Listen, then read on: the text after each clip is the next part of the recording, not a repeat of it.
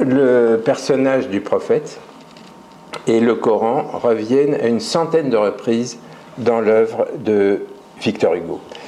Il a cherché dans le Coran une voie de pénétration du divin et dans l'islam une source pour étancher sa soif eschatologique. Cette religion lui a fourni de riches sources d'inspiration pour sa poésie, qui recèle parmi les plus belles pages jamais composées par un non-musulman sur sa spiritualité. La critique n'a pourtant pas relevé la place occupée par l'islam dans ses écrits. Victor Hugo n'a pas reçu d'éducation religieuse, mais sa quête spirituelle a commencé très tôt. En politique comme en religion, il a beaucoup évolué au fil des ans, mais la recherche de Dieu a guidé toute sa vie et son œuvre, car il assimilait les poètes aux prophètes. Ce n'est pas le fait de l'orgueil, mais plutôt d'une sensibilité exacerbée, car il se croyait lui-même possédé par Dieu. Lui, le poète Victor Hugo, qui deviendrait le messager de Dieu pour son époque, donc le XIXe siècle, comme le prophète de l'islam pour la sienne. Donc profondément religieux, mais impossible à enfermer dans une religion donnée, Victor Hugo cherche à dépasser ces contradictions par la poésie.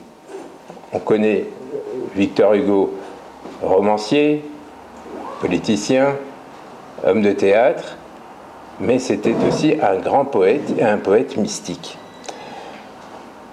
À partir de 1853, donc il a 51 ans, c'est l'âge de la maturité évidemment, toute sa poésie est un hymne divin, un rêve de religion débarrassé des religions.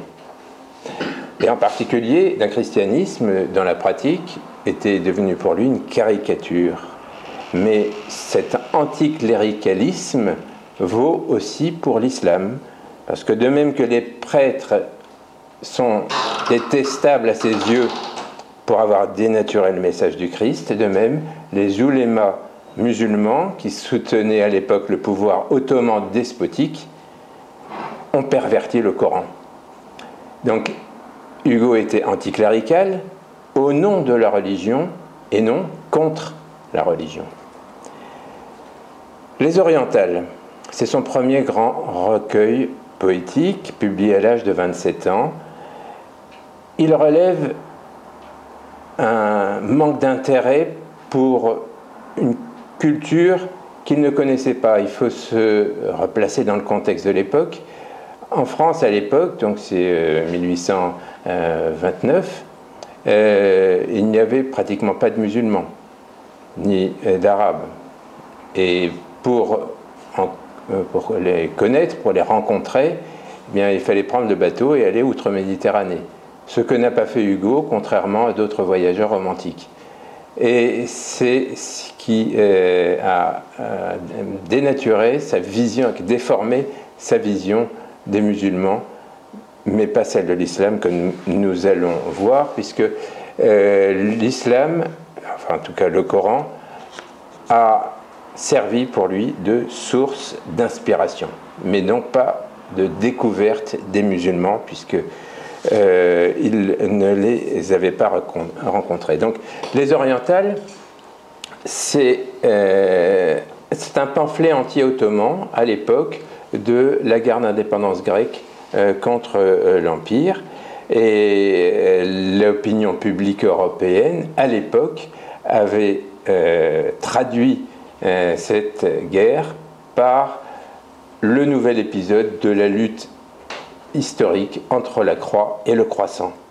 Un conflit fantasmé, bien sûr, que Hugo, à l'époque, à 27 ans, donc, partage, puisqu'il assimile les musulmans aux Turcs, suivant la conception alors dominante d'une religion ethnicisée, puisque à l'époque, et on le verra surtout en Algérie après la colonisation, l'islam, le musulman, était considéré comme une ethnie. et non pas une religion. Je vous rappelle que, par exemple, dans l'administration française de l'Algérie, lorsqu'on était musulman, on le restait. Un musulman qui se convertissait au christianisme devenait un musulman de religion chrétienne. Et un chrétien, donc ça s'est arrivé plus rarement, un chrétien algérien donc un pied noir, qui se convertissait à l'islam devenait lui un chrétien de religion musulmane. C'était les absurdités administratives de l'époque. Donc, conception ethnique de la religion. Alors, il ne faut pas se fourvoyer sur la nature de l'islamophobie de Hugo dans sa jeunesse. Ernest Renan, qui est son contemporain, en 1862 a donné une caution scientifique à l'essentialisme raciste islamophobe en faisant des musulmans des victimes de l'islam. Alors que pour Hugo, c'est le contraire. C'est l'islam qui est victime des musulmans, qui l'ont dénaturé. Donc c'est radicalement différent, c'est même opposé. Donc cette islamophobie de Victor Hugo dans sa jeunesse est liée à une conjoncture historique. Elle est donc contingente, elle n'est pas absolue. Et dans ce recueil poétique, on en a la preuve, puisque le poème peut-être le plus connu des orientales s'appelle Les Djinns, donc bien sûr reprenant le titre d'une sourate du Coran qui assimile ces génies aux démons. Et Hugo en fait lui aussi une allégorie du mal en les diabolisant dans cette poésie. Et c'est la prière musulmane, décrite dans le poème, qui les chasse et délivre du mal. Le poète, Hugo, promet de la pratiquer à son tour si le prophète Mohammed le sauve des djinns. Je cite, « Prophète, si ta main me sauve de ces impurs démons des soirs, j'irai prosterner mon front chauve devant tes sacrés encensoirs. » Donc Hugo lui-même, en pleine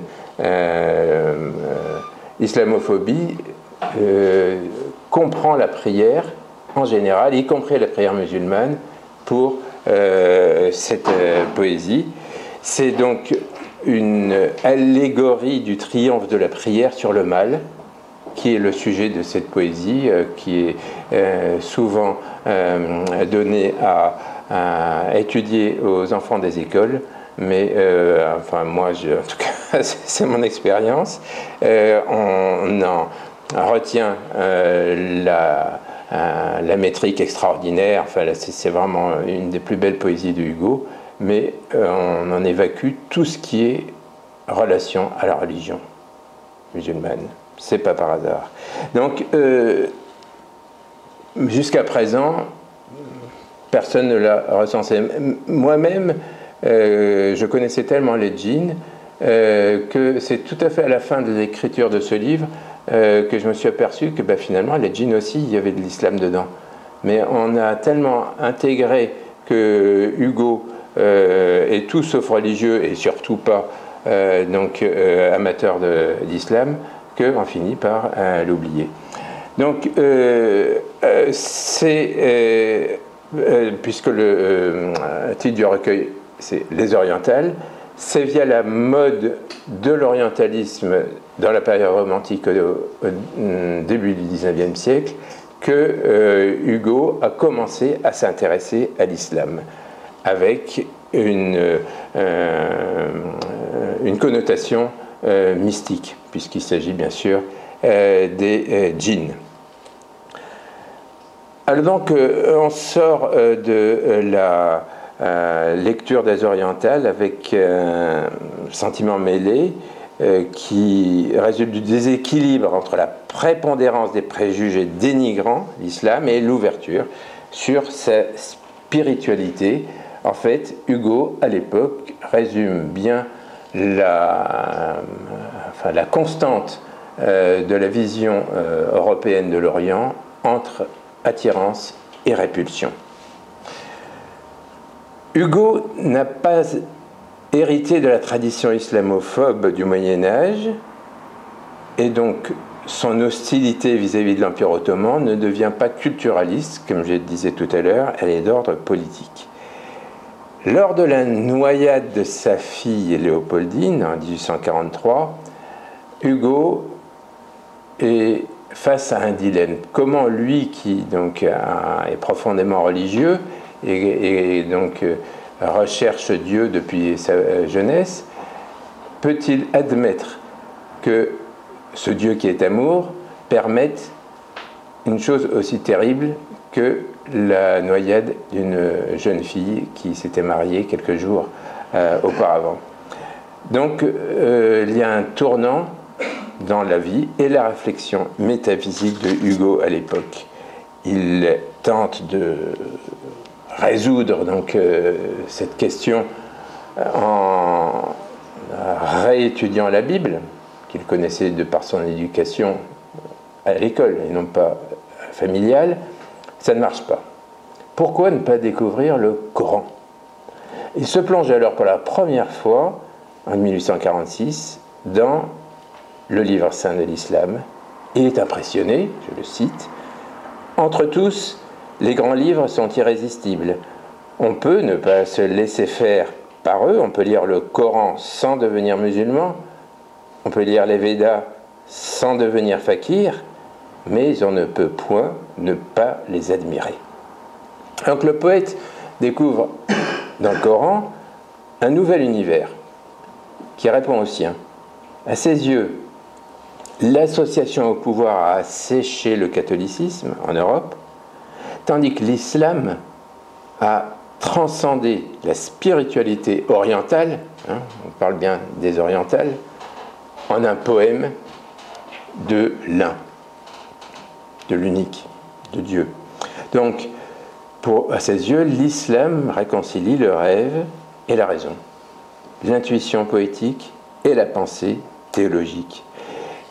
Et Hugo y trouve aussi une conception du monde qu'il partage, selon laquelle l'homme est environné de Dieu de toutes parts, tout ce qui vit ayant une âme, donc à la fois une conception qui mêle l'immanence et la transcendance, bien sûr, qui est la caractéristique principale de l'islam.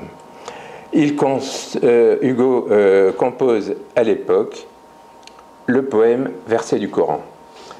Il s'agit en fait d'un passage d'une sourate du Coran versifiée.